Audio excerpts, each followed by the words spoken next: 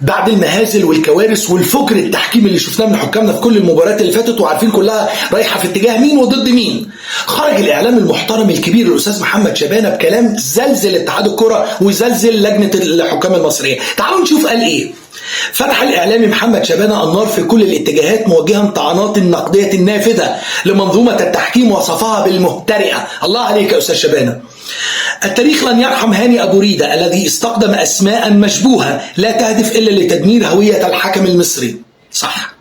وزرع ثقافة الضعف في الملاعب. لقد أصبحت المهازل التحكيمية عرضا مستمرا، فبينما أجمع العالم على حقية الأهلي في ضربة جزاء أمام سيراميكا، اختار أوسكار رويز وطاقم مدلكي الانعزال عن الواقع. وفي مواجهة الزمالك وبيراميدز المصيرية سادت سياسة لا أسمع لا أرى لا أتكلم، في تكريس واضح للمحسوبية وتكريم أسماء لم تقدم سوى الإخفاق. الله.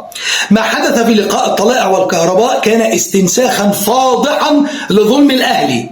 ليتأكد الجميع أن العدد لا يصنع جودة، فوجود 95 اسما لا يعني سوى إيه يا أستاذ شبانة؟ سوى زيادة في طاقم المدلكين. الله عليك.